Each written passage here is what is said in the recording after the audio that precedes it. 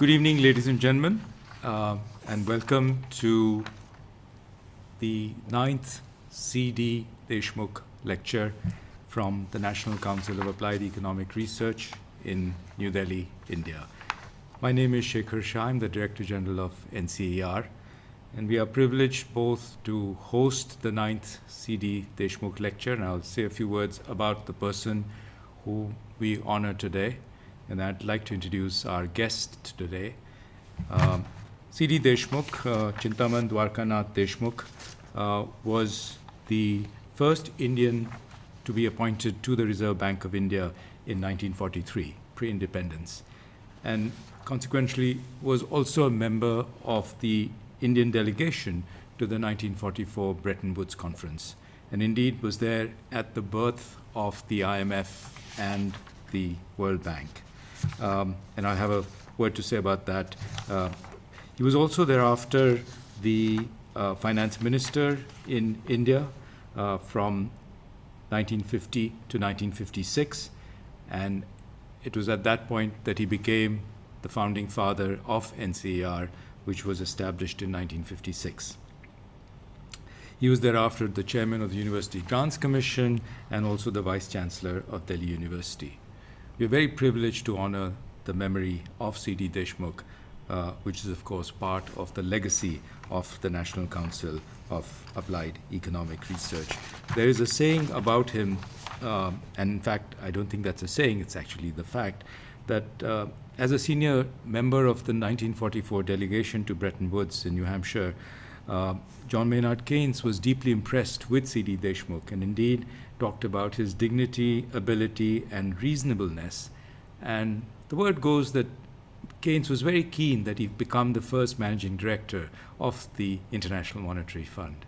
That, of course, did not transpire, but we do have a direct connect to the IMF today, and we are deeply privileged to have as our guest speaker for the C.D. Deshmukh Lecture Gita Gopinath, the Chief Economist of the IMF. She's the first woman Chief Economist, which is, of course, fantastic, but her other job, where she's from leave for public service, is at Harvard, where she is the John Zwanstra Professor of International Studies and Economics. Gita has an illustrious background, but has been, during these troubled times since March of 2020, a highly influential voice, guiding us in how we should think about the pandemic, the impact on the global economy, and how we can see our way out of this pandemic and the kind of havoc it has wrought all through the globe and through the global economy. Gita has been an economic advisor to the Chief Minister of Kerala. She has been a co-director of the International Finance and Macroeconomics Program at the National Bureau of Economic Research. Also at NBR, she has been closely associated with NCAER as the co-lead for the Neemrana conference that NCAER started many, many years ago. She's a member of the Economic Advisory Panel of the Federal Reserve Bank of New York, and of course the Indian government has awarded her the Pravasi Bharatiya Samman, the highest honor conferred on a overseas Indian. We are absolutely delighted that Gita is with us, and she's going to share with us her views on the global economic outlook, but also talk about something that is, I know, very much on her mind, which is the divergence that we are seeing and will see as the pandemic hopefully comes under control, with the vaccine winning the race with the virus, and as we see countries normalizing and hopefully then recovering. So it's going to be a very interesting evening. I want to also welcome all our attendees. We have a large number already. Please use the Q&A box at the bottom of your screen to share your questions or comments. We would be delighted to take them up in the time that we have. We are also live on YouTube Live, the NCR channel on YouTube, and indeed on the IMF Live channel. Both are carrying the live stream from this conference. So with that, let me turn over and ask our guest of the evening, Gita Gopinath to deliver the C.D. Deshmukh lecture. Gita? Thank you, Taker. It is really a true honor to be giving this lecture. Just learning about C.D. Deshmukh's accomplishments is really impressive. And to be doing the memorial lecture for somebody who was at the founding of the IMF is particularly special. So I'm really happy to do this. And also thanks to everybody who was attending this seminar. And I really look forward to your questions at the end of my presentation. So I'm going to share my screen and then hopefully you will see it, and I will walk through what's on the slides.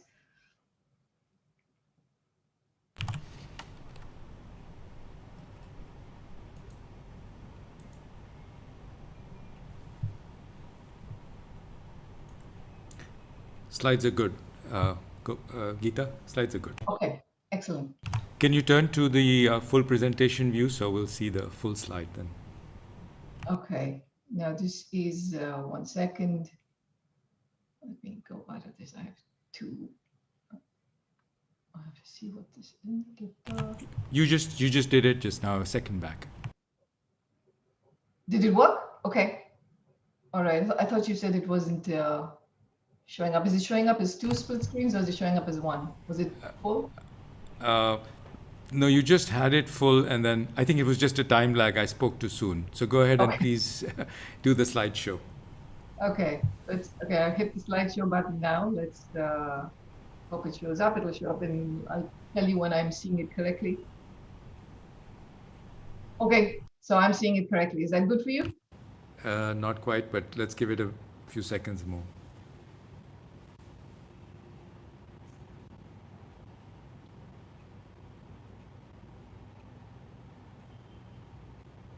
Okay, 1 second. Let me just try something. Okay, how about now? Not quite, but we're just waiting. Huh.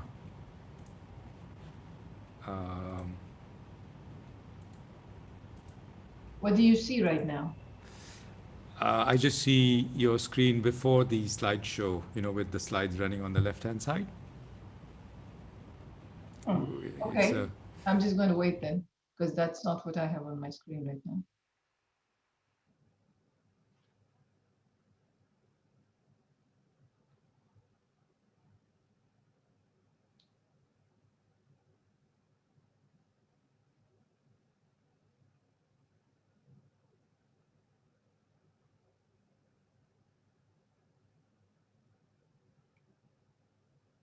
Okay, you're not seeing it, I suppose. I have the main thing. Let me just do this again. Sorry about that.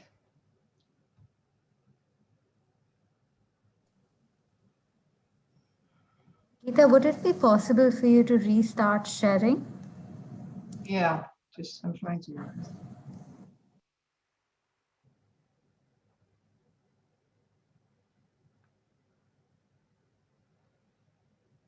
Okay, I'm gonna just stop it again and then restart.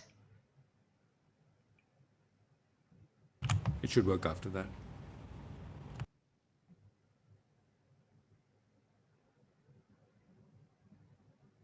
Okay, you see this, at least you see this right now? What do you see right now? Do you see my screen? We see the slides, but not the slideshow, not the full screen. Okay, so if I'm going to click on slideshow and let's see, hopefully this will work.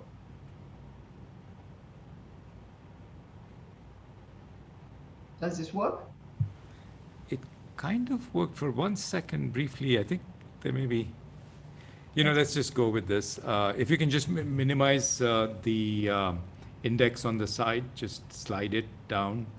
It's just that your notes will also show up. I believe the notes are also showing up here. Okay, just give me. You have the PDF. Do you want to play it from your end, and then I can just speak through it? We could do that. I don't know why this is. I have no idea why. Okay, let me minimize this for 1 second. I want to do that. And I think that's good. This is good. We can keep going on this. I'd much rather you have control. That way you can take whatever time you want. okay, that's as good That's as it good. gets? That's Fine. good. All right. That's good. That's good. Excellent. Yes. Okay.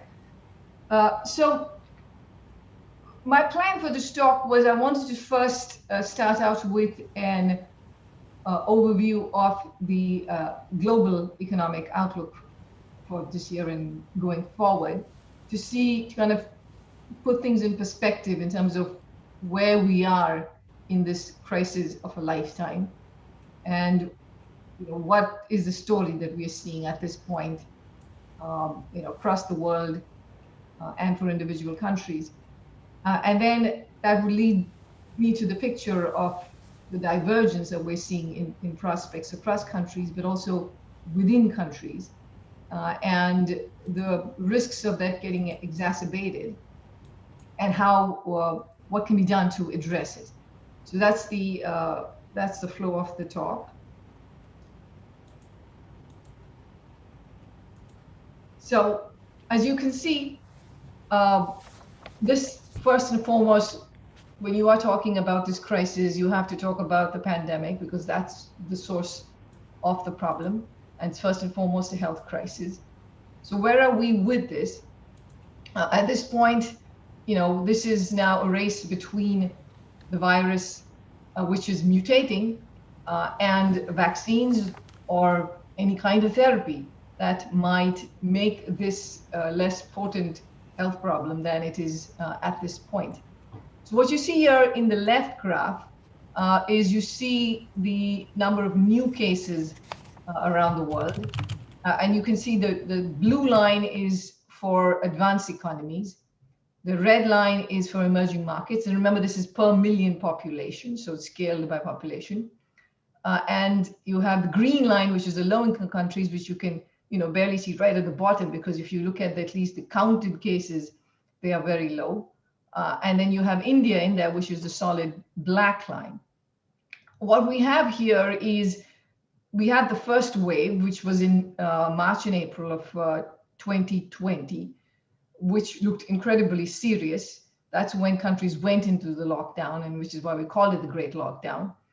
And then you had countries that brought the number of cases down quite significantly. They started reopening.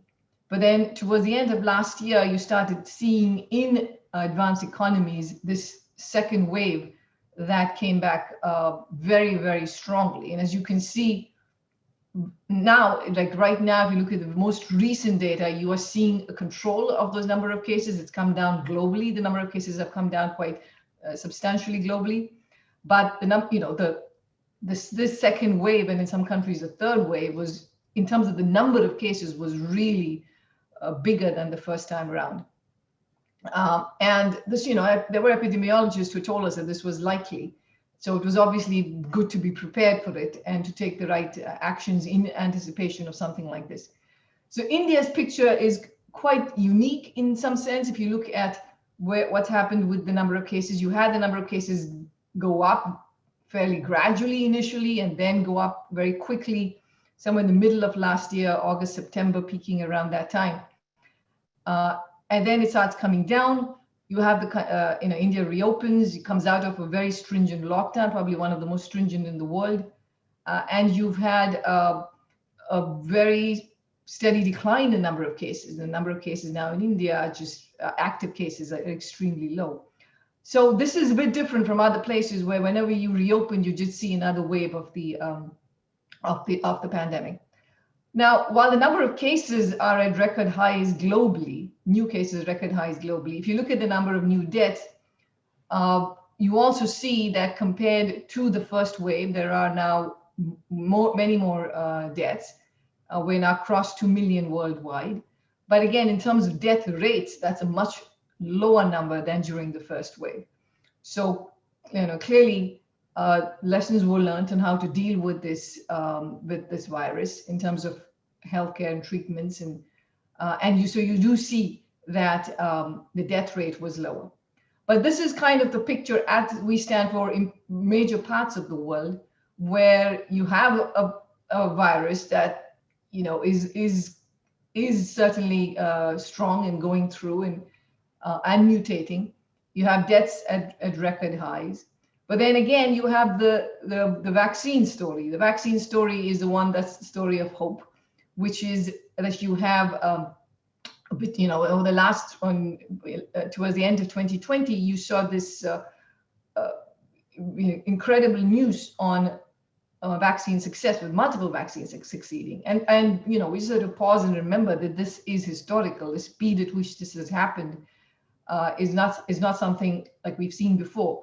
And by the way, if you want to talk about the benefits of global cooperation, at least the scientific community did incredibly well in coordinating and one of the reasons for these kinds of very fast rollout of vaccines also has something to do with that. So you had multiple vaccines that are successful, that have been approved to different degrees in different countries, and there are many more in the pipeline.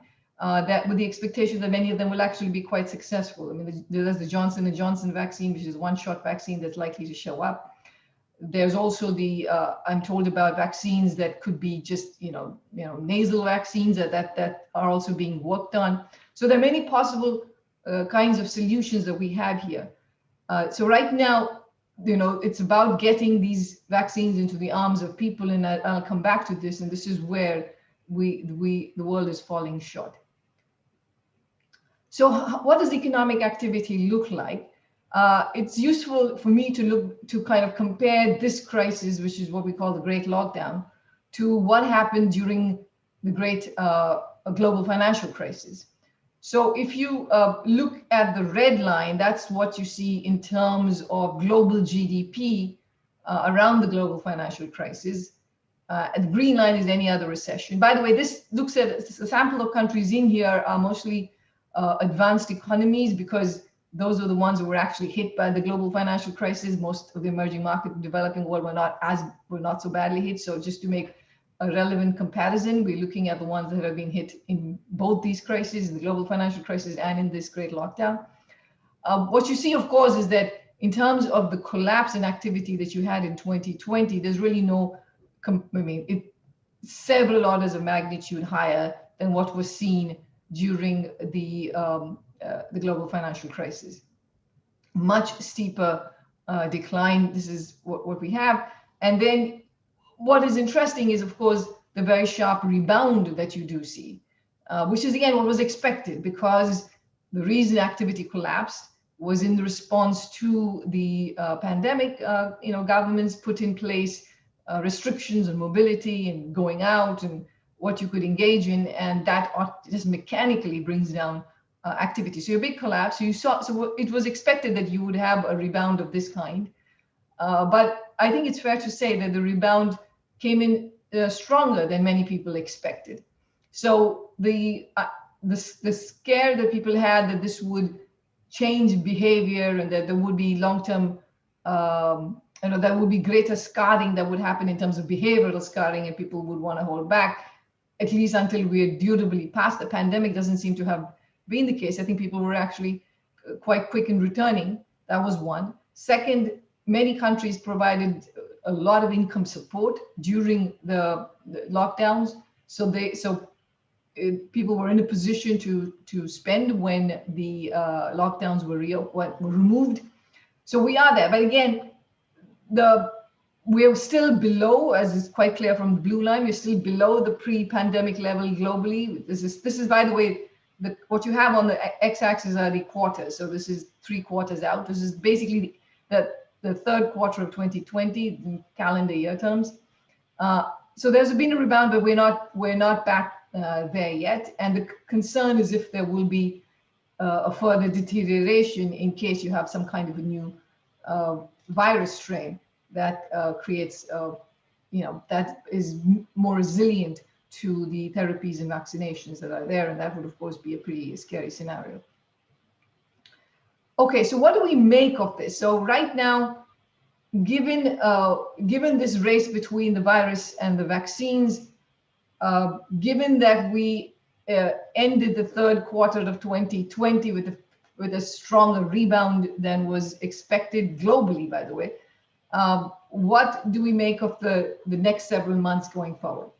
So, of course, we're not going to get to full herd immunity in all parts of the world in the next 2-3 months. As things stand, our assumption is that the advanced world and some emerging and developing economies will get there towards the second half of this year. Some of them earlier in the summer, but somewhere around, I would say, I guess the summer, either the beginning or the end of the summer.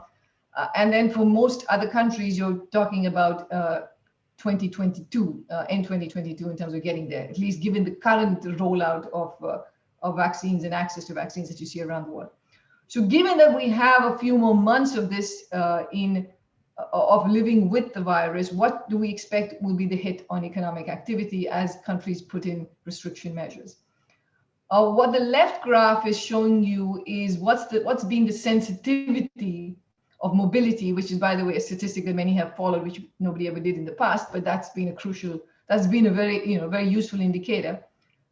To track how that mobility, which gives you some sense of what's happening with economic activity, how has that changed as these cases have gone up and down?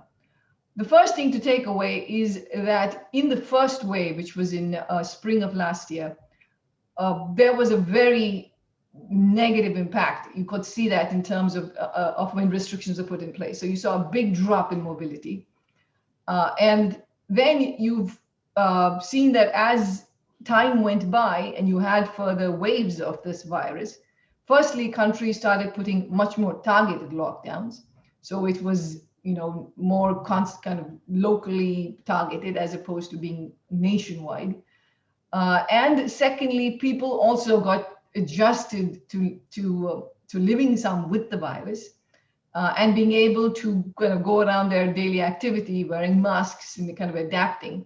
So economic activity is, in some sense, a little more disconnected from the number of cases that exist around the world, and also, and if you look at mobility, so for instance, if you look at the US, mobility has barely budged since the middle of last year, but economic activity has continued to recover. So there is very much a sense that economic activity has learned to adjust to social distancing norms in terms of, restaurant deliveries happening, people doing more restaurant meals at home, exercising. We used to go previously to gyms, but now most of that is being streamed and that's being done at home. Telemedicine, of course, education. So all of that has adapted. So that tells you that while you will see extensions of lockdowns in parts of the world as this virus is still raging, the impact on activity is going to be negative, but somewhat less negative, not somewhat actually, significantly less negative than what was there in the first wave. And you can see it in the right graph. This is what's called the Purchasing Managers Index for Services. I mean, just very simply, it gives you a sense of whether you think services activity is expanding or contracting. If it's above the 50 number, 50 line, that means it's expanding. If it's below it, it's contracting. The purple dots are from the first wave. This is from the spring. And you can see that when you had the first wave in April 2020, the collapse in services sector activity was huge. And you can see, India is, by the way, also in there. You see IND there. And then you have the December plot where you have, as you saw, cases higher than it was during the first wave. And you do see for countries that have been hit, which is like Germany, Italy, Spain, Japan, you do see a decline in activity, but it's much smaller. And then you have countries like the US, for instance, where you have a raging virus, but you still haven't seen, you've actually seen services activity holding up really well and continuing to do well. India, of course, is also above the 50 line at this point, but then India is one of those countries where actually the number of cases are way down. So again, so that's the first piece of it, which is looking forward, what should we expect the world to be, is that there will be restrictions, but the impact on economic activity will not be as severe as it was the first time. The second thing is, countries around the world provided a lot of lifelines to households and firms. And we now know, just from all the evidence, that those have absolutely helped. Now, there's been a great divergence in how much support was provided. So if you look at the left graph, which tells you the income support numbers, it tells you the share of countries in each income group, which is advanced, share of countries among advanced economies, the share of countries among emerging markets, share of countries among low-income countries, with higher than 50% replacement income support, which means that if somebody lost $100 worth of income, they got replaced with at least $50 of that. And you can see that for advanced economies, almost overwhelmingly, we're getting close to 70% of them provided over 50% of replacement income support. When you go to emerging markets, that bar is much smaller. We're getting down to like 20%. And when you get to low-income countries, you're getting to 5%. So this is, by the way, a story of this crisis, which is that advanced economies have used their fiscal space, and of course, they're much less constrained to provide a very large amount of support. In fact, in the US, for many of the recipients of the income support, the replacement rate was significantly above 1. So that in case they lost $100, they made more like 110. So this was quite substantial. And what happened is that and so if you look at, for instance, spending patterns by different households in advanced economies, you do see a very well, spending pattern holds up very well for the lower income groups, while it is among the wealthier groups that actually consumption has fallen. But that's, again, just a pure reflection of the fact that they've had to hold back. This is like pent-up demand. You can't go to restaurants are closed down, and those kinds of activities are being held back, which tells you again that if we get past this crisis sometime in 2021, the fears of large amount of scarring in many parts of the world may be attenuated, and you could see pent-up demand coming back. Now, along with pent-up demand, of course, you have other kinds of legacies that will come out of this crisis, which is the middle graph. Again, this applies because of the data availability. This applies only to advanced economies, the middle graph. But what you saw here is the red line. So that red line is the global financial crisis. And what you see is the, time zero is when the crisis hits, and you see this sharp increase in the number of bankruptcies in advanced economies, which is the red line, during the global financial crisis. You see the green line, which is any other kind of plain vanilla crisis, and you see usually bankruptcies go up. But then you see what happened during the Great Lockdown. Because of all the moratoria that were put on, paying your loans, paying your mortgages, the banks giving you time to, basically banks being told to hold off on requiring payments, many kinds of utilities not being paid, all of those kinds of things. You've actually had the phenomenon where in this crisis, where you had a very large collapse in the real economic output, you actually had a drop in bankruptcies. So bankruptcies fell relative to the pre-pandemic level. So what does that mean? Well, that means that once these policies start being taken off, as the recovery starts, you are bound to see an increase in bankruptcies, because it's just that this is the pent-up bankruptcies that you would likely see, because this is a lot of this is just not something that there are a lot of companies in here that would have gone bankrupt in normal times that haven't, and so the implication of that is, how big of a concern is that?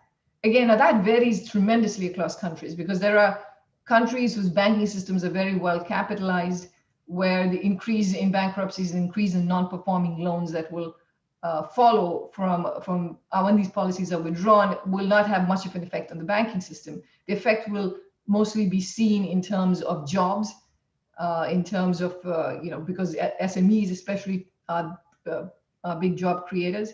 So you would see an effect in jobs, especially of maybe lower income, lower skilled people. So that's where the area would show up. But then there are other countries where you entered the financial crisis with much more vulnerable banking systems, and India is one of those.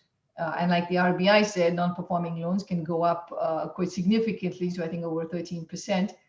And of course, that will have implications for banking sector health, for credit creation, and so on. So one has to prepare for this going forward. And the preparation, of course, involves making sure that you have, the insolvency and resolution frameworks that can work fast, that can be very efficient. That would be one part of it. A second part of it would be for the banking system to raise capital right now with very easy financial conditions that you see around the world, including in India, and that helps kind of prepare you for it. And also, the governments might have to think about whether they need to put in a capital infusion. The right graph is another graph which is really unique to this crisis, which is usually in a crisis, household savings rate go down. But here you see that household savings rates actually have gone up. Now, part of it, of course, is that when you're forced not to spend because you've shut down a lot of sectors, then you're not traveling and all of that. Then, of course, savings automatically go up. And so what that tells you, but then also because of the, again, income support measures that were provided in many parts of the world, that rate has gone up. Again, this picture, by the way, doesn't apply to the world as a whole. I would say it's weighted towards advanced economies where there has been a lot of income support. So this again tells you that when the economies reopen, if there is not a long delay in that, you should certainly see an increase in demand coming back. Again, now let's look at what happened to global trade. Global trade on the left shows you, again, we're comparing this crisis, which is a solid lines, to the dashed lines, which is a global financial crisis. Global trade has come back much more quickly. This, again, part of it was expected because this is a very particular crisis where you're shutting down activity. As manufacturing has come back up, you've seen global trade return. This is, by the way, trade in goods, not obviously trade in services. Trade in services includes tourism and travel, and that is still subdued. So there's still a big hit over there. But in terms of goods trade, you've seen this recovery happen. So what does that tell us? Firstly, it tells us that it reflects the recovery in manufacturing and retail sales that you've seen around the world. It shows up in goods trade. The second thing is that there was a concern that with these very disjointed kind of pandemic restrictions around the world, the global supply chains will be very hard hit. So one could have worried that maybe there would be an even bigger hit to global trade over and above just the drop in demand. But that is not something we've seen in any dramatic way, at least as of now. So, global trade has come back up. So these breakdown of supply chains, that was a concern, at least for now, is not a major concern. And of course, you have the middle graph, which tells you that, again, a unique aspect of this crisis, which is that while we had the historic recession, in 2020, the worst global contraction in peacetime since the Great Depression, there was no global financial crisis. The tremendous policy support that was provided in terms of monetary, interest rate cuts, asset purchases, all of that around the world brought down interest rates everywhere.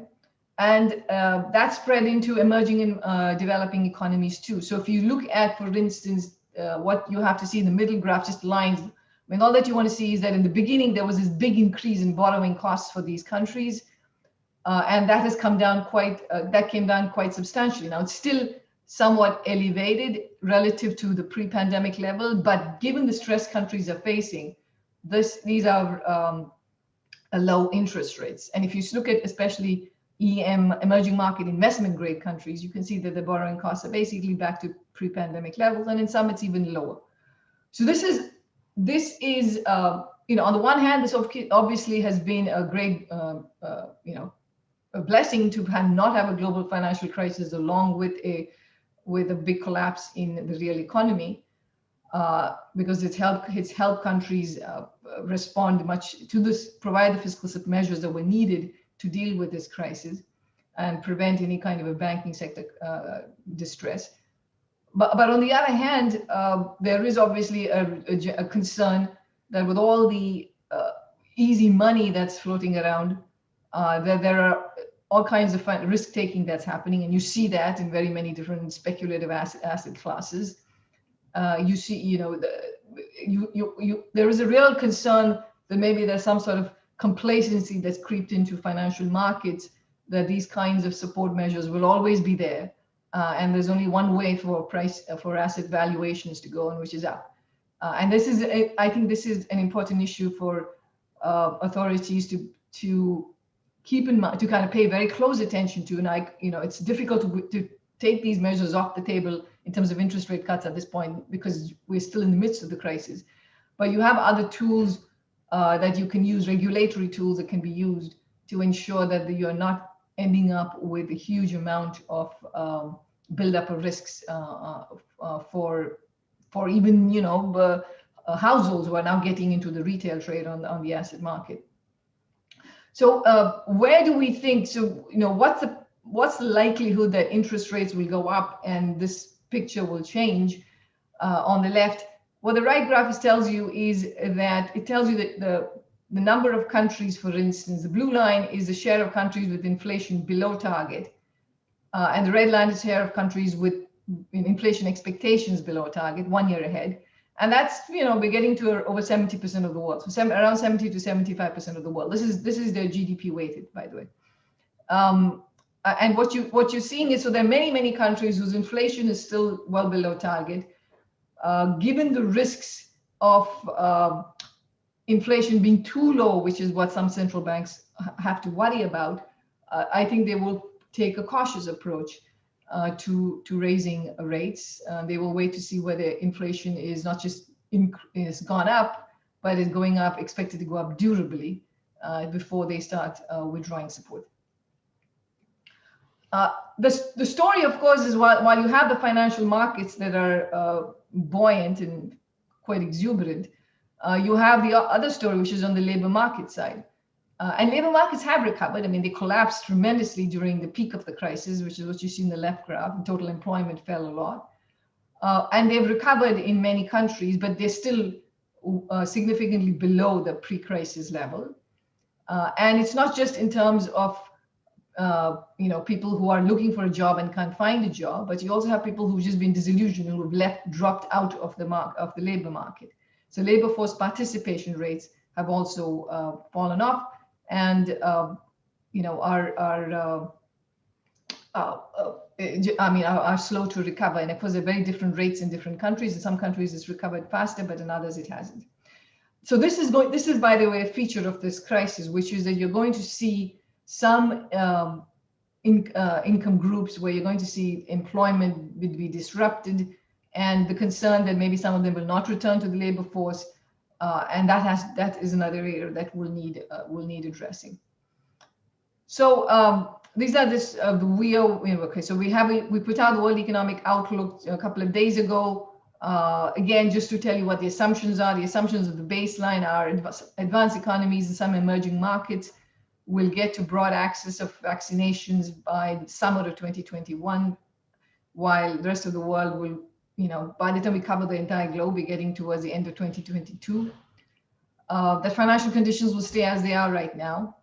And while there's been an increase in oil prices since the whole collapse, it's still well below the pandemic level, pre-pandemic level. So here are our projections that we have right now.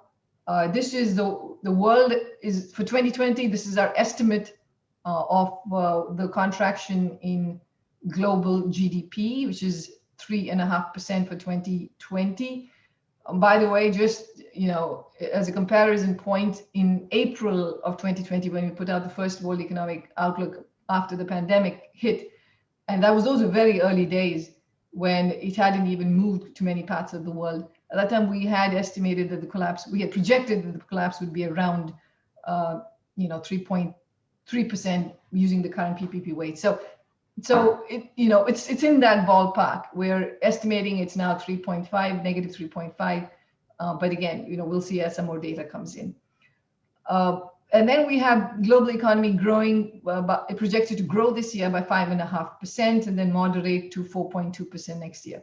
Now, again, these kind of eye-popping numbers, when you typically don't see global economy growing at 5.5%, is a reflection of the hole that it's coming out of. You just had a very, very bad year the previous year. And so this is just some of these very low base effects that you're seeing. Advanced economies, and I'll come back to this, but there's a great variation in outcomes within advanced economies in terms of their recovery. Let me put this is the emerging market in low-income countries. Again, emerging markets collapsed, 2.5%. But again, to keep things in perspective, you must remember that this is, advanced economies have a higher average growth rate. So the collapse, when you look at negative 2.5, you think, well, it's not as big as advanced economies, but the advanced economies are never expected to grow that fast. 2021, again, you have a rebound to 6.3%, and then it moderates to 5%. Again, a lot of variation across countries. So we had an upgrade for 2021 of 0.3 percentage points relative to our October forecast. Where did that come from? That basically came from the vaccine success that happened between October and December, and the considerable support additional support that was provided by the US and Japan, fiscal support that was announced. Okay, so let's hear. So if you use these projections, this is kind of what the world looks like. So what exactly is this graph? This graph says, let's look at what we are projecting now in terms of 2022 GDP for each of these regions and some countries. And let's compare it to what it would have been in the absence of the pandemic. That's kind of the useful number to look at, because otherwise just general growth rates are not going to tell you that much, because again, like I said, you've come out of a big hole, you're going to see some big eye-popping numbers. And countries differ in terms of their potential growth rates. Advanced economies don't have that much, don't grow that so fast relative to emerging and developing economies. So it's the gap that's really relevant. And what you see here is, if you look at the AE bar, which is the advanced economy line, you have around a 2.5% drop in the advanced economies. That in terms of their output loss, which is again their output that we think we are projecting for 2022 relative to what it would have been in 2022 without this pandemic. That's about a 2.5% gap. Emerging markets are more like 4.5% that gap is, but there's lots of variation. So if you look at the parts of the world where that gap is the smallest, among the major economies, the US and China are quite ahead. You have smaller contractions, just a little over 1% in terms of the gap again for these parts of the world. While if you, for instance, you compare the US to the euro area, the gap is almost 4% relative to around 1.3% for the US. So again, the recovery speeds are really quite different. If you look at emerging markets, if you look at China, again, barely 1%. But if you look at the leftmost bar, which is the one which is the longest bar, that is emerging Asia excluding China, and that of course includes India. The gap there is around 8%. So again, even within emerging Asia, while there's been clearly a lot of success in terms of containing the virus in different parts of emerging Asia, but the gap that is there in terms of how much they have to travel to kind of cover to get to the pre-pandemic level is quite significant. The number for India is around 9%. So again, the output loss in relative to what we would have projected pre-pandemic is around 9% and in 2022. But again, of course, these are pictures that evolve over time. Policy announcements make a big, if new policies are announced, these bars can change. If there is a much more concerted effort to get vaccinations faster, with a quicker resumption in activity in your own country or in every part of the world, these bars can change. So they obviously, they will adapt over time. So we'll see how this goes. But as of now, very diverging recoveries. And that divergence is also there within countries. So if you look at the change in unemployment rates, this is for most of the countries in the sample, this is basically the third quarter of 2020 relative to the fourth quarter of 2019. So it's basically what happened to unemployment over the first 9 months of 2020, right? And you can see what was the increase in the unemployment rate. And you see that if you look at different skill categories, you look at the left graph, you see that among advanced economies, the red bars, which is taller, you have this bigger increase in unemployment rate among the low-skilled workers relative to high-skilled workers. And similarly, in emerging market and developing economies, you again see this bigger increase in in lower skilled workers relative to high skilled workers. Now, of course, for these are harder things to measure for developing countries because they're very large informal sectors, and data for these sectors are not that easily available. So again, I think it's very important to keep in mind that even if you see strong recoveries in a lot of emerging and developing economies, data does not necessarily capture the informal economy so well, and there can be deep distress over there, which is what we are seeing. And the right graph also shows you that age obviously made a difference, which is that with younger people coming onto the labor force. This is around between the ages of 25 to 35 or so. And they're the ones who are getting hit, because it's always the case that when you enter the job market when the economy is collapsing, it's just that much harder, right? It's just much harder to find a job when you're a new person on the market. And this is, by the way, another concern, because what we've seen from past crises is that this can linger in people's memory for a very long time. So studies have shown that if you enter the job market at a time when the economy is in recession, it seems to have a very long-term effect on your job prospects in terms of the income that you earn. I think it's a combination of things. It's the fact that people, are less. And if you see something like a deep crisis when you're very young, you're less likely to take risk. You're also, can be more scarred by an episode of this kind. But again, this crisis is quite unique. So there is still the hope that once we get over this hill of the health crisis, that activity will come back faster, and maybe some of these previous patterns that lingered for a very long time will not linger as much. Okay, so what do we need to do to fix the divergences? So start with, again, this is a pandemic-driven crisis. It ends when the pandemic is something we can completely live with, if it becomes like a regular flu, and we have, we can go around our normal business. And so for that to happen, it just has to happen globally. And this has become very clear when you see all the new strains that are coming up from different parts of the world, that the pandemic is not over until it's over everywhere, because you can always have a new strain. And we know that, naturally built up antibodies which come because you got infected to one particular strain of the virus doesn't necessarily translate into another strain, doesn't give you protection from another strain. Vaccines are able to remain partially effective, but not fully effective. So the best case scenario is to just very quickly get to large scale vaccinations around the world, because that's also what will prevent these new mutant strains from emerging. Unfortunately, the current landscape does not look very promising. If you look at vaccine supply coverage, that's the left graph, you see G20 advanced economies, the richer world having access to, and I would say some developing economies, emerging markets also, that are having access to vaccines much more. In the advanced economies, they've got many multiples of their population at this point that they have orders with. I mean, that was the kind of insurance that they were taking to make sure that they actually got a successful vaccine. But right now there are multiple successful vaccines.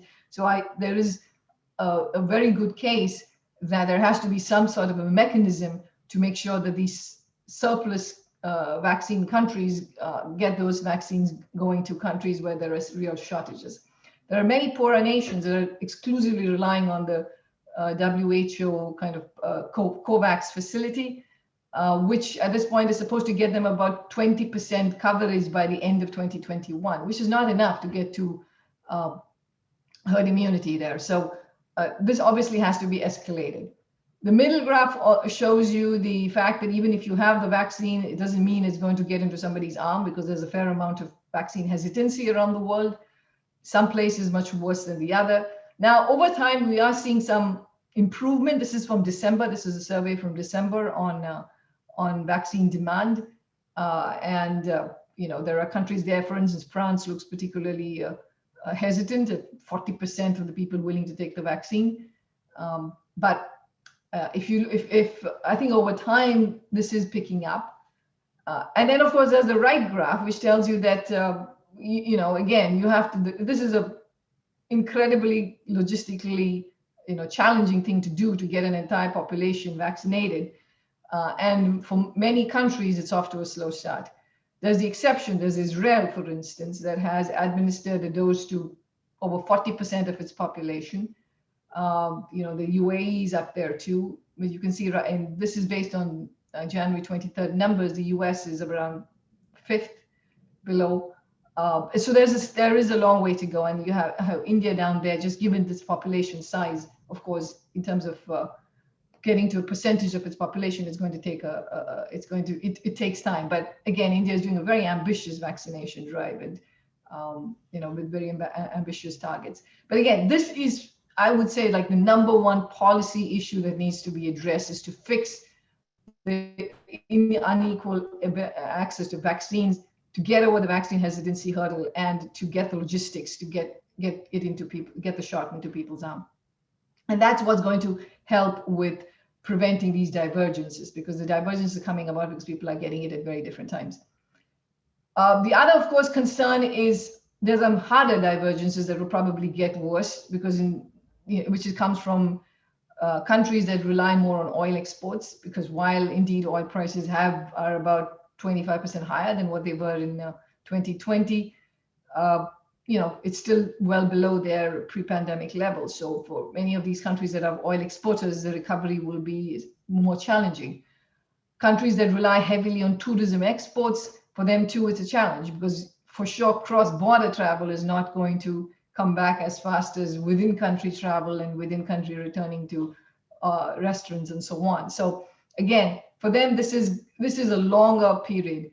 So I mean, what needs to be done? Of course, for oil exporting countries, they have had to think about diversifying their economies, and that, I think, just gets accelerated with this crisis.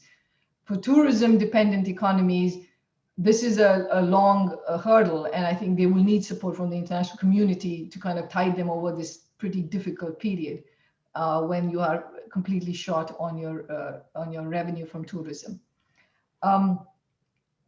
Okay, in terms of the divergences, again, I told you something about the income support, which is another, the figure on the left is another, kind of a depiction of the fact that there were many low-income countries, which are the red dots, that had over, almost 70 to 80% of their population seeing falling incomes, but they kind of got almost no support from in terms of fiscal policy support. So even relative to emerging markets. So this is one big reason, again, for the slow divergence, for the divergence we're seeing across countries.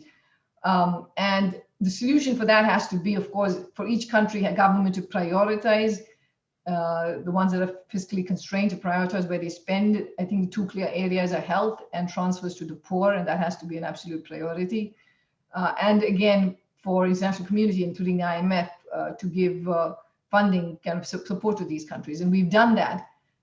We have 82 countries that we've extended financing support for over the last 10 months, and including emergency financing to many of these countries. The right graph is something I really worry about, which is again source of divergence, is one of the big factors that go into potential growth for a country is what's happening to its human capital. And there's a generation of students who have been hit by this crisis, especially in developing countries, in emerging markets, where yes, they've gone towards some kind of distance learning, but that's just not going to be effective. So again, to prevent the diverging outcomes is going to be very important for governments around the world to make this a priority too, in terms of remedying this loss of education through extra tutorial support. Because if you're just going to move a kid up to a next grade without having missed almost an entire grade of learning, that's going to be very, very tough on the students, and it's just not going to be good in terms of building human capital. So putting in resources to make sure that you're able to bring children up to speed is very important. This is a graph on the diverging policy support. It just tells you how dramatically different it was. Advanced economies were at 24% of their GDP was spent in 2020 in support measures. That number for emerging market and middle income countries is 6%. For low income countries is 2%. I have the number there for India. As you can see that the overall number for India, the bar is taller than if you just look at the average for emerging market and middle income countries.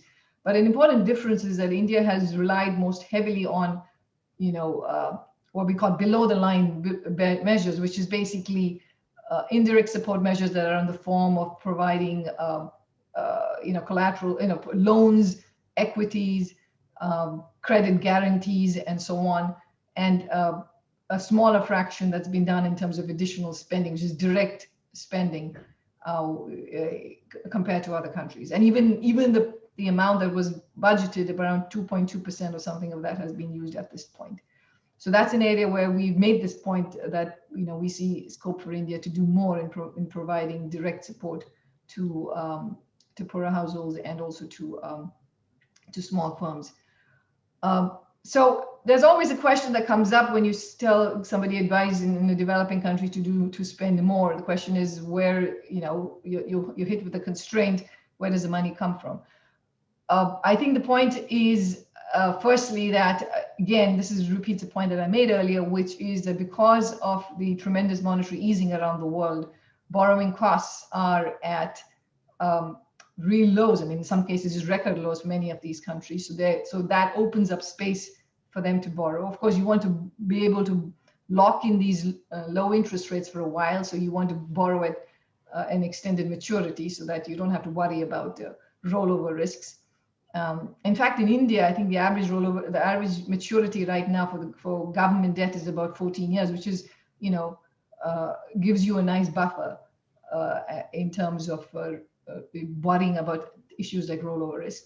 Capital flows also have returned to emerging markets. In the last 3 months of 2020, you're seeing a big push over there.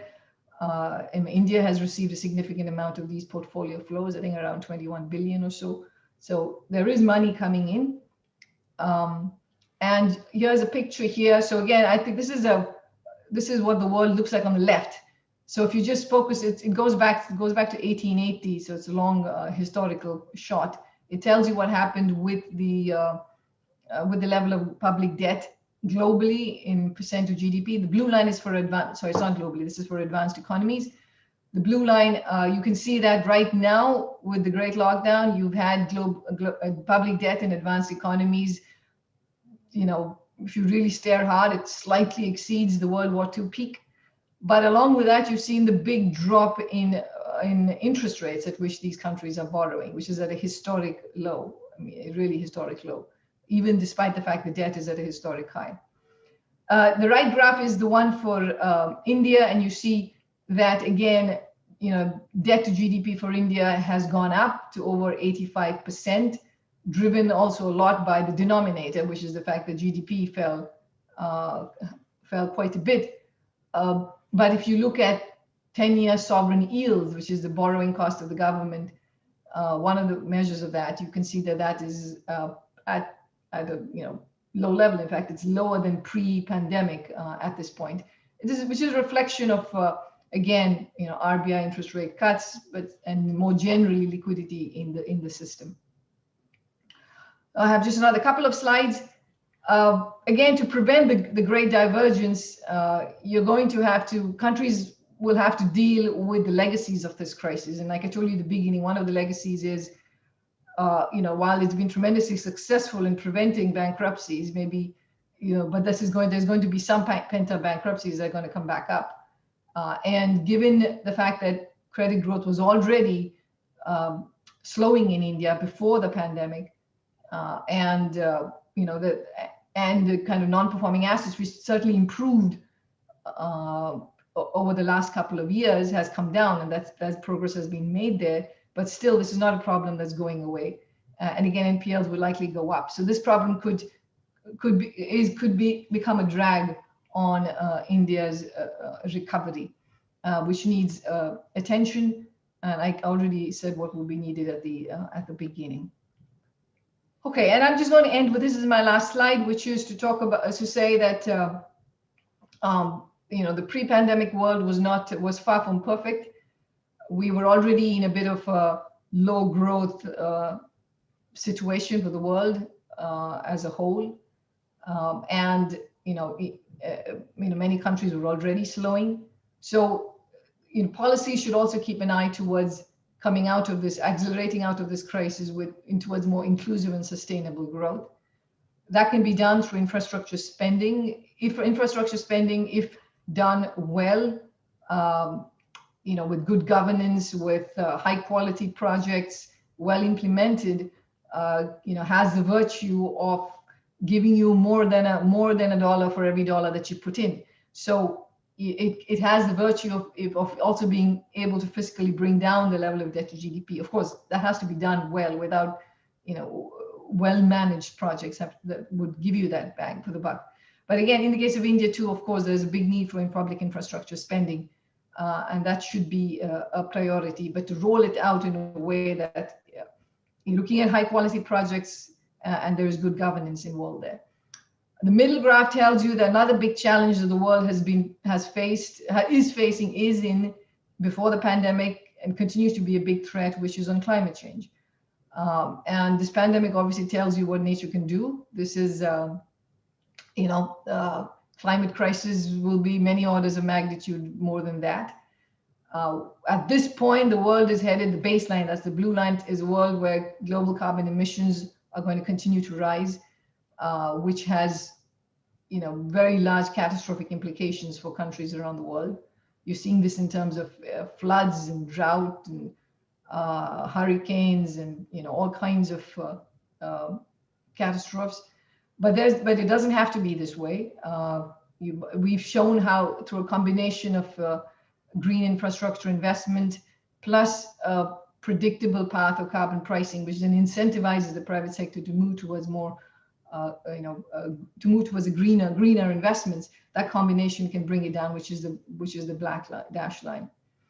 And of course, a legacy of this crisis will be that there will be emerging markets and low-income countries that will exit with high levels of debt. Many of them entered already with debt distress. They will remain in debt distress, and for them, financing support will have to be provided. But in some cases, we will just need some outright debt restructuring. And I think for the world as a whole, of course, you want to build forward to a more inclusive world, and that would include not just spending measures, but even on the the revenue side, to make sure that you have the right amount of progressivity in your tax revenue collection, and also the fact that for the international, for multinational corporations, make sure that they're actually paying their fair share of taxes. How do we do taxation in the digital economy? I think all of those are big issues on the table. So with that, I will stop sharing my screen. Thank you. Thank you, Geeta. That's a fabulous to the horizon of what we have seen and what we are likely to see in the coming months. And I was particularly struck by the way you have also focused on medium-term growth and the potential that might have been hurt and how we can regain that potential in terms of particularly things that have happened in education, things that have happened in labor markets, and indeed the caution that you recommended in terms of the fragility in some aspects of India's financial sector. We have a whole bunch of questions, and I'm going to be selective, but let me start with a few. A question about the forced savings that we saw during the pandemic, with people unable to consume effectively, and that now being a trigger for the kind of V-shaped or early V-shaped recovery that we saw. And then that kind of fading out, and what do we then need in terms of being able to raise demand in our countries, especially countries that have a lot of focus on services where contact services are extremely difficult yet to have any momentum in. So your thoughts about how this early pent-up demand making itself felt, and then what should we be looking forward to be able to sustain and actually continue to grow out of this pandemic? Yeah, so indeed, what we saw in the third quarter of 2020 as countries reopened was you saw this pent-up demand, and you saw that mostly in retail trade, in goods, and in some cases in services sector, but less so in the services sector. That came up. Now the question is that like a one-off thing, and that's it, and that happened, and that's not going to, people have done what they needed to do, and it's not going to happen. This I think firstly varies across countries. If you were a country that was able to provide the income support that was needed, then that would give people the confidence that they don't have to hoard up savings to in the risk that there might be another wave of this crisis. So we're seeing clearly in countries where the replacement rate was quite generous. I think over there's certainly a sense that there will be spending that will come back up. People will spend because the social safety net is stronger. In places where the safety net was not stronger, I think that's where you would have more of the hesitancy to spend because you want to kind of keep it for savings purposes. Second, of course, is what you think is going to happen with this pandemic. If indeed in this first half of this year, the international community does fantastically well and everything goes in the best possible way, then again, that will prevent the scarring that will come from it. Now, in general, how do you bring back demand is, of course, to have people get their jobs back and get incomes back up, bring employment back up. So making sure that you are seeing a healthy recovery in employment, not just in the formal sector, but also in the informal sector, will be very important to kind of bring back spending. And of course, there are some ways that the governments can also make sure that there are enough jobs, which is, public infrastructure spending is usually very job rich. Green investment is very job rich. And again, if well done, that would be another source of job creation. Thank you, Gita. A question from Jimol Uni, one of our university academics. Would relatively low share of income support vis-a-vis loans and equity and guarantee support in India impact inequality, and what's your thinking on that? And maybe if I could just add on to this in terms of global divergence that you spoke about, the fact that income support has been much more profound in the advanced economies and much less in the EMDs. Will that also affect what you were just saying about the demand support that will come from the income support that has come from these countries? So do EMDs face a double jeopardy in A, not having provided more income support in the first phase, but thereafter that playing out in perhaps less of a demand push than the advanced economies, and therefore leading to greater divergence? So the two parts to this question. Yeah, so on the second part, indeed, I think, it is what we are likely to see, which is where parts of the world where there was generous income support, there is much less behavioral scarring, there's much less desire to save more.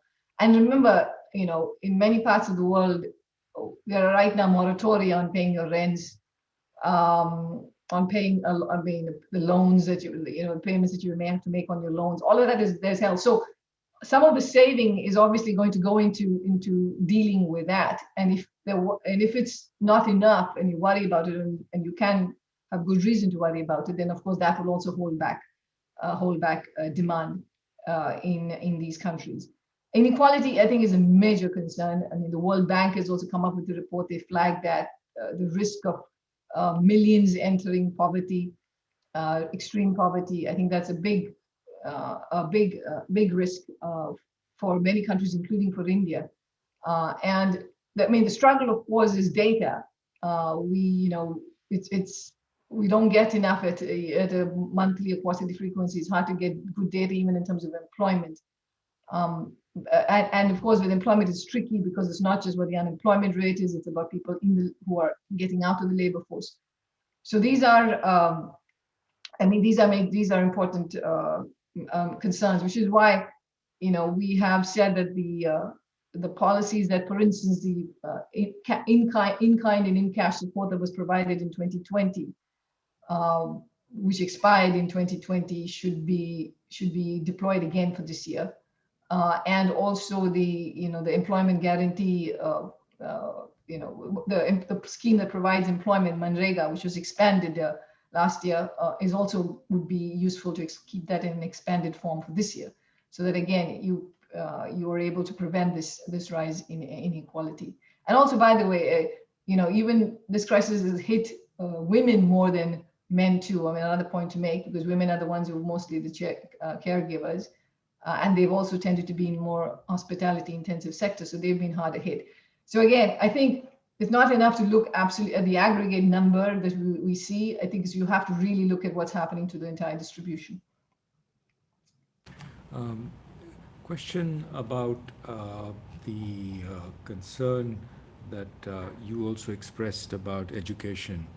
And in that context, the global community's thinking on support for education in developed countries. And of course, the International Chamber of Commerce has come out with this study showing how indeed, in this case with the vaccines, if the unequal distribution of vaccines continues and is not remedied in some way through COVAX or other approaches, because of the dependence of countries everywhere on global supply chains, you're going to see a lot of ramifications, even in the short run, to do with the impact on GDP growth and levels in developed countries. So there's an education aspect to this, of course, in terms of medium-term growth, and then more immediately on the unequal distribution of vaccines and how that might play out even for the developed countries. Yes, in fact, we also put out some numbers. We had done this actually in October, where we said that if we can make faster progress on ending this health crisis by indeed getting vaccinations to be much more globally widely available, then that would add $9 trillion to the global economy between 2020 and 25. And 4 trillion of that around 4 trillion of that goes to advanced economies, because when the world as a whole does better, advanced economies do better. I mean, it's not just for trade linkages, but it's also just in terms of confidence, in terms of, it's just a big boost for the global economy. On the growth model that underlies the projections that you shared with us, with the kind of 11.5% growth that you project for India, given these macroeconomic challenges, what are some of the specific assumptions about this kind of growth estimate? This may be too technical or detailed a question, but your general thoughts on how India can sustain and continue to grow at the kinds of rates that you're projecting.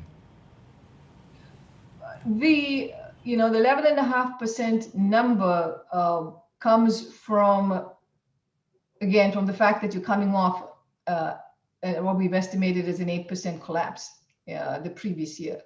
So a lot of it is pretty mechanical, which is that if there was the second quarter when India's GDP year on year contracted around 23% or so. And then the next quarter, it was 7%. And just that recovery that you have, if it carries over into the following year, even if there is not much quarter on quarter growth that's happening in India over 2021, just the fact that you had a really massive collapse in 2020, and you had that recover towards the end of the year.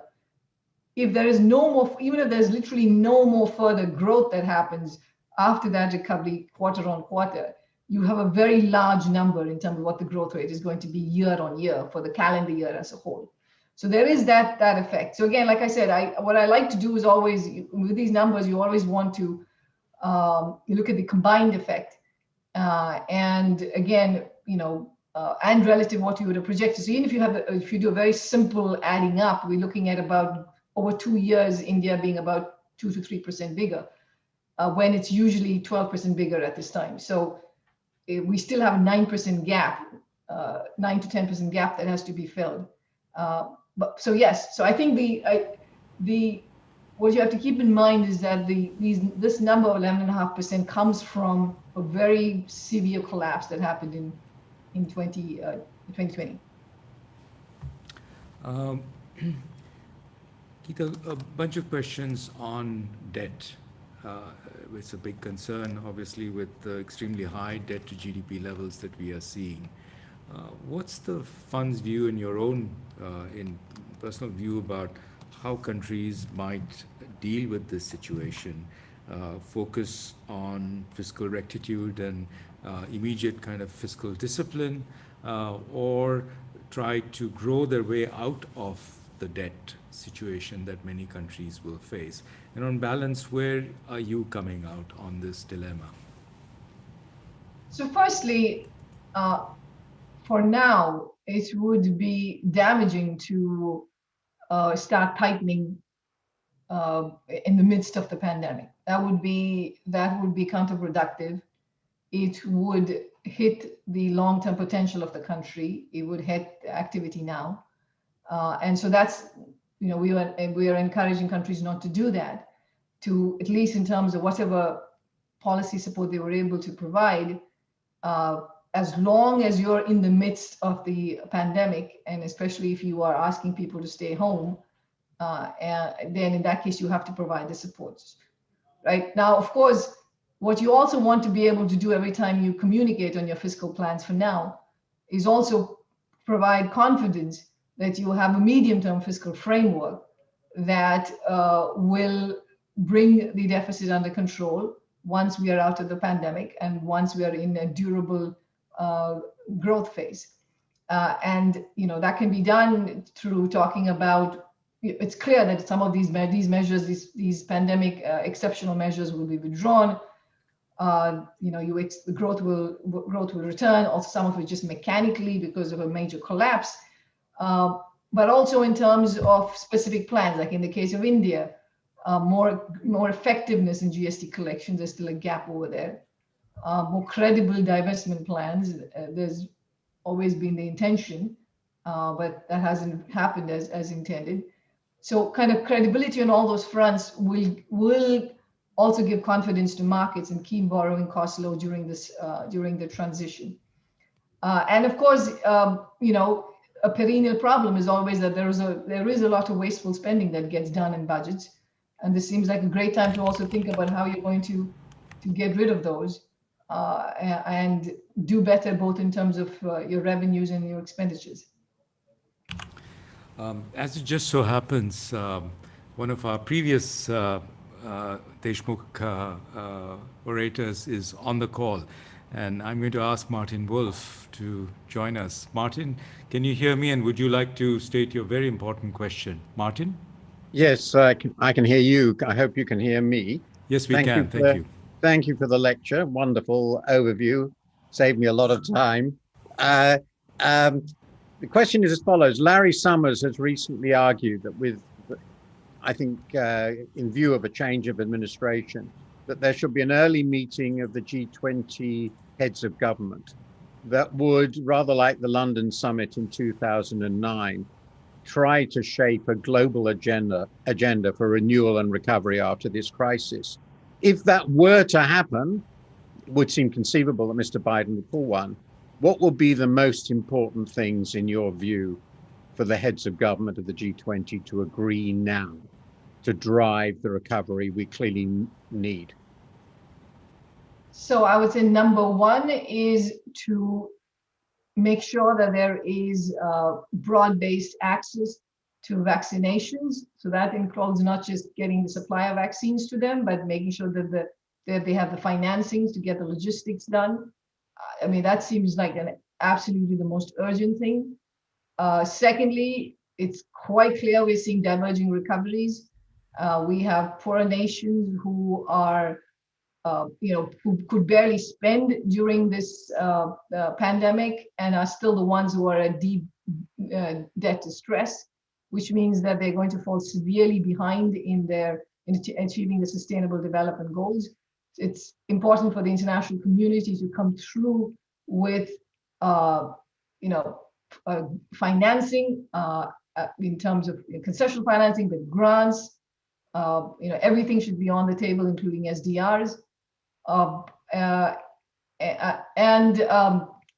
In terms of strengthening recovery for the globe as a whole, and moving towards a newer economy which is sustainable, having some kind of a synchronized green public investment push by countries that have the fiscal space would also be a third very important action by the G20 countries. Martin, any further comments on that, and anything that you feel? No, I think it's absolutely right. But I think, implicitly, the point is, though the world hasn't done, I think, incredibly badly, in many ways it hasn't done at all so terribly badly. But there have been a real lack, I feel, of global coordination in response to the challenges Gita has mentioned. And as a result, I think the crisis has caused and will cause more damage than necessary. And since it's a staggering crisis, that's very, very serious. And we have to recognize that probably hundreds of millions of lives will be unnecessarily damaged as a result. Yeah, I think that's a very genuine concern. And I hope that, Gita, between you and your neighbor across the street, Carmen Reinhardt, the two chief economists of the two multilateral institutions that are, I think, very appropriately placed, can raise these issues with the EDs of the US and certainly the US administration. I think Mr. Biden would have a very great opportunity to show his leadership in this area, indeed, if he were to do what Larry Summers and, of course, Martin is pointing out. Okay, so let me then move on to, we have still another 7 to 10 minutes, and we'll try to take a couple of questions. But Gita, would you like to come back on any of these things in terms of what the fund itself is planning and how the pandemic has affected not just the research part of the fund that you head, of course, but also fund operations? And I know that this is a question that Carmen also is struggling with, given her interest in debt issues, etc. But overall, what does this mean for the fund? Well, this has been, this being a crisis like no other has meant that the IMF has had to come through in a way that it hasn't had to in the past. We had, a very, very large number, 90 plus number of countries that came to us for support. We provided financing for around 8 different forms of financing for around 82 countries. Now, usually IMF financing comes with a program which comes with conditionalities.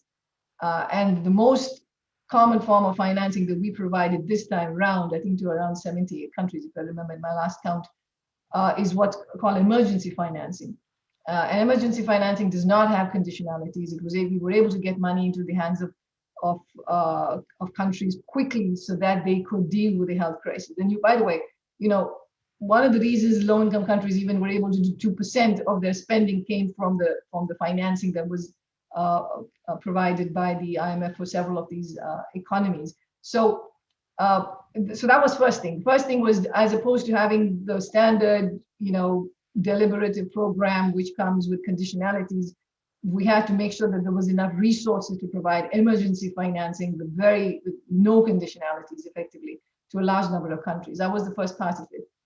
The second thing, of course, was debt service relief to our poorer members who owe money to the IMF. It was not just a moratorium; it was literally relief, which is that you're not having to pay it. That's been extended until April, and I will be likely extended longer. I think the challenge going forward is, of course, for countries that will, there were countries who entered this crisis with debt distress, then they got hit by a pandemic that was not their fault, but they're now even greater debt distress. And in this cases, debt relief and providing more money is not going to solve the problem. It will require debt restructuring. There's the G20 common framework that was agreed upon, which puts all creditors on a level playing field, official creditors and private creditors. But again, I think the test will be in seeing how that actually gets implemented. It's not been easy to get the private sector on, but this really has to show that this can be done, because there are countries, poorer nations, who will need that.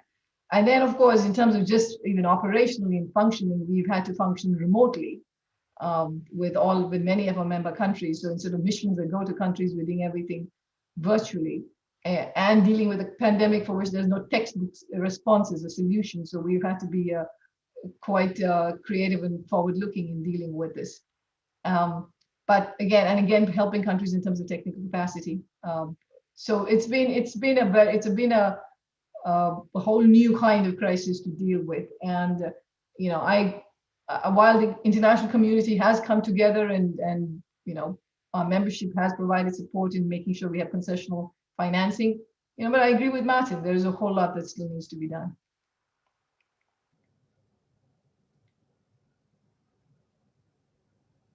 I was smiling there because it's great to know that the IMF has just acquired a new ambassador in Amitabh Bachchan, who has been talking about how good a chief economist the IMF has. And one of our attendees was wishing that the big B was on this call. I don't think he is, but I'm sure he'll hear about it. A couple of last questions then, Gita. This has just been fantastic. The nature of work and jobs we all think is going to change. And the fact that, we have you sitting in Washington in your morning and here we are on the other side of the world is a manifestation of that. What's that going to do to international trade, and what's that going to do this notion of jobs moving from developed countries to developing countries? There's a whole new dimension to that if we can overcome time zone differences. And certainly in a lot of knowledge work, that's not an issue at all. How is this going to affect the future of global trade? So a couple of things before I get to the impact on global trade. I actually think that one of the troubling legacies, or I don't know if it's troubling, but one of the legacies of this crisis that the world will have to tackle with is the acceleration towards greater automation. So, in many parts of the world, it's very likely that a lot of jobs will come back once countries reopen. But we are shifting to a world where there will be greater automation, digitalization. Higher skilled workers will get much more than low skilled workers will. And so everything that was sowed the seeds of a rise in inequality will probably get accelerated coming out of this. And this is something that I think governments will have to grapple with, which is make sure that there are enough jobs for everyone, to make sure that there is skill training, that there is support provided to education, support provided to workers. Now, of course, all of that is good sounding words, but it's always just that harder. That's one of the areas that's been pretty hard for the world, for countries to make happen. It's skill training works in some ways, but it doesn't work. It's just difficult. So I think that's one area. And the second thing to keep in mind, and I like the work of Dharma Nasimoglu on that front, which is to say that while in the past it was always the case that technological improvements were on net job creating, because yes, some people lose their jobs, but a whole lot more people make jobs. So on net, it creates jobs, but that's not the case. Doesn't seem necessarily the case in these last 10 to 15 years. That the argument that these are on net job creating is not automatic. So I think we have to explore different ways of thinking about how to bring back jobs, and that's going to be essential for inequality and social unrest and so on. In terms of global trade, yes, I think there are I would say that some of the a lot of the concerns one had about global trade was on the political side, and if another good reason to exit this crisis as soon as possible is to, make sure that countries come back to full employment faster.